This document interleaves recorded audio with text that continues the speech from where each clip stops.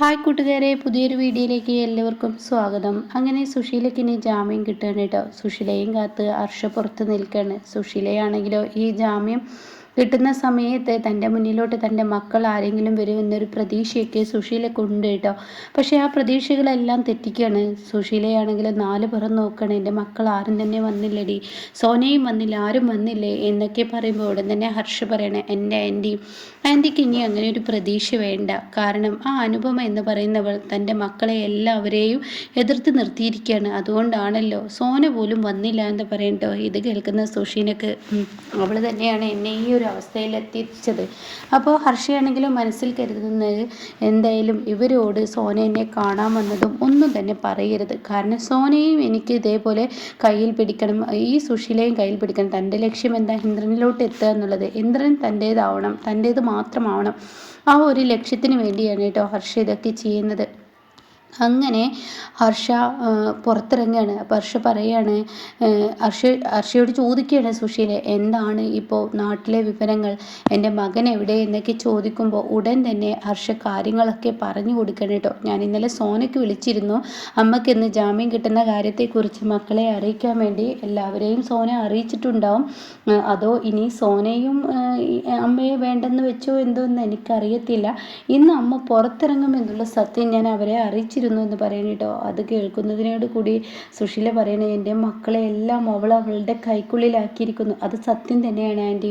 അതുമാത്രമല്ല, ഇന്ദ്രൻ ഇപ്പോൾ അവിടെ താമസമില്ല എന്നാണ് ഞാൻ അറിഞ്ഞ വിവരം. എന്താ നീ പറഞ്ഞത്? അതെ, ഇന്ദ്രൻ ഇപ്പോൾ ആ വീട്ടിൽ താമസമില്ല. അപ്പോൾ അവളെവിടെയാണ്? അവളിപ്പോൾ ചീര് പ്രസവിച്ച് പഞ്ചരത്നത്തിലോട്ട് പോയിരിക്കുകയാണെന്ന് പറയട്ടോ. ഇത് കേൾക്കുന്ന സുശീല പറയണേ, ഞാൻ ഇത്രയും നാളും എൻ്റെ ജീവിതത്തിൽ ഇങ്ങനെ ഒരു ബുദ്ധിമുട്ടും വിഷമമൊന്നും ഞാൻ അനുഭവിച്ചിട്ടില്ല. ഒരുപാട് ത്യാഗങ്ങളും വിഷമങ്ങളും അനുഭവിച്ചാണ് ഞാൻ എൻ്റെ മക്കളെ 3 പേരെയും ഞാൻ വളർത്തി വലുതാക്കിയത്. എന്നിട്ട് ആ നാശം പിടിച്ച അനുപമ എന്ന് പറയുന്ന സ്ത്രീ എൻ്റെ വീട്ടിലോട്ട് വന്നു കയറിയതിൽ പിന്നെ എൻ്റെ ജീവിതത്തിൻ്റെ സുഖവും സന്തോഷവും എല്ലാം നിന്നു എന്ന് പറയട്ടോ. അത് കേൾക്കുന്നതിനോട് കൂടി ഉടൻ തന്നെ ഹർഷ പറയണേ, ആൻറ്റിയുടെ കാര്യം ആലോചിക്കുമ്പോൾ എനിക്കും സങ്കടമുണ്ട്. ആൻറ്റിയുടെ സന്തോഷങ്ങളെല്ലാം കെടുത്തിയത് അനുപമയാണെങ്കിൽ അനുപമയെ ആൻറ്റി വെറുതെ വിടരുത്. അത് കേൾക്കുന്ന സുശീല പറയണേ, തീർച്ചയായും അവളെ ഞാൻ വെറുതെ വിടത്തില്ല. അവളെ ഇനി സുശീല ആരെന്ന് അറിയാൻ കിടക്കുന്നേ ഉള്ളൂ. അനന്തം മാഷിൻ്റെ മക്കൾക്കെല്ലാം ആദ്യം എനിക്ക് കാണേണ്ടത് ആ ദയ എന്ന് പറയുന്നവളെയാണ്. ദയയും ഞാനൊരു പാഠം പഠിപ്പിക്കും. അവളുടെ ജീവിത ചരിത്രമൊക്കെ എനിക്ക് വലിച്ചു കീറി ഞാൻ പുറത്തോട്ട് കൊണ്ടുവരും എന്നൊക്കെ ഇങ്ങനെ പറയുന്നുണ്ട് കേട്ടോ. അങ്ങനെ സുശീലയുടെ ഉള്ളിൽ വലിയ വിഷം തന്നെ ഹർഷ കുത്തിവെച്ചിരിക്കുകയാണ്. അങ്ങനെ ഹർഷ പറയണേ, ആൻറ്റി ഇനി പെരുമാറുന്നത് മക്കളെയെല്ലാം കൈക്കുള്ളിലാക്കണം. സത്യനെയും സോനയെയും ആൻറ്റി കൈക്കുള്ളിലാക്കണം. ആൻറ്റി പറയുന്നതിലപ്പുറം അത് മക്കൾ ഇനി നീങ്ങരുത്.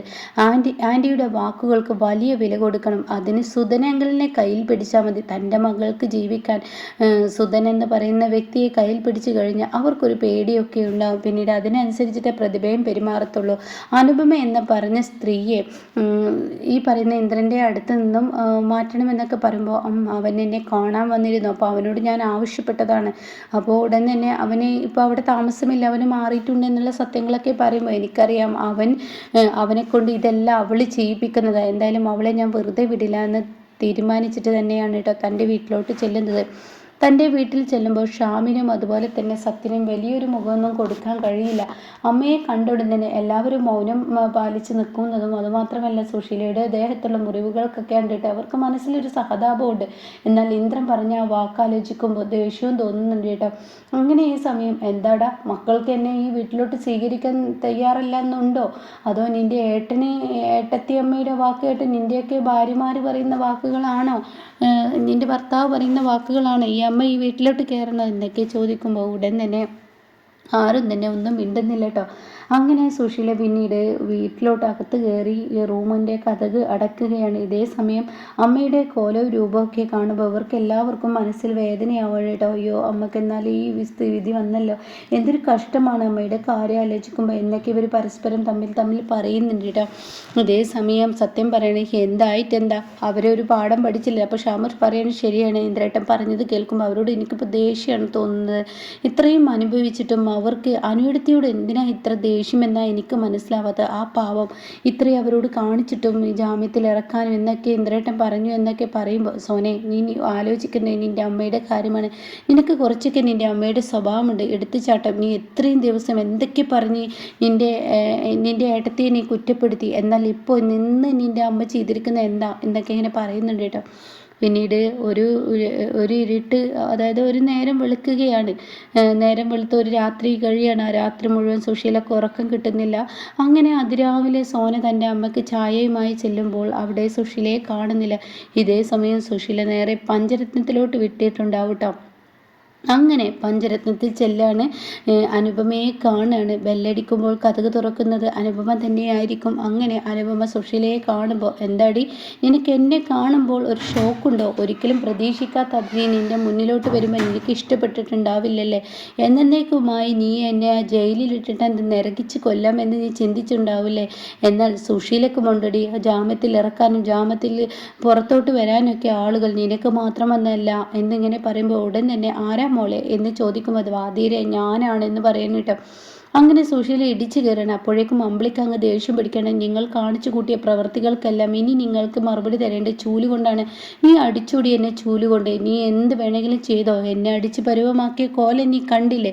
ഈ സുശീലയ്ക്ക് എന്ത് തന്നെ വന്നാലും അത് നേരിടാനും അത് തിരികെ കൊടുക്കാനും എനിക്കറിയാം. പക്ഷേ ഞാൻ ഇന്ന് ഈ വീട്ടുമുറ്റത്ത് ഇന്ന് വന്നിട്ടുണ്ടെങ്കിൽ നിങ്ങളുടെ മകളോടൊരു കാര്യവും അതുപോലെ തന്നെ ഈ വാദ്യരോടൊരു കാര്യവും പറയാനാണ് വന്നത്. അതെ, എൻ്റെ മകനെ എന്നിൽ നിന്നും അടർത്തിയെടുത്തിട്ടുണ്ടെങ്കിൽ തീർച്ചയായും നിങ്ങൾ ചിന്തിച്ച മാഷേ, നിങ്ങളുടെ മക്കളെല്ലാം നിങ്ങളെ ഒറ്റപ്പെടുത്തി നിങ്ങൾക്ക് പോകുന്ന ഒരു കാലഘട്ടം നിങ്ങൾക്ക് വരും. സുശീലയുടെ നാക്ക് അത് സൂക്ഷിക്കണം. സുശീലയുടെ നാവ് കൊണ്ട് പറഞ്ഞ വാക്കുകളെല്ലാം എല്ലാവർക്കും സംഭവിച്ചിട്ടുണ്ട്. അതുകൊണ്ട് എടി അനുപമേ, നീ നിൻ്റെ മകനെ വളർത്തുന്നുണ്ടല്ലോ, നീ അനുഭവിക്കും. അത് കണ്ടോ, എൻ്റെ മകനെ എന്നിലോട്ട് കൊണ്ടുവരാനുള്ള വഴികളൊക്കെ എൻ്റെ അടുത്തുണ്ട്.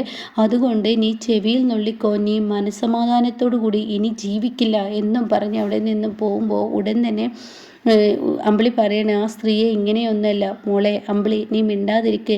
അവരോട് ഏത് രീതിയിലും പെരുമാറാൻ പറ്റില്ല. സുശീല എന്ന സ്ത്രീയെ ആർക്കും ഒന്നും ചെയ്യാൻ കഴിയില്ല.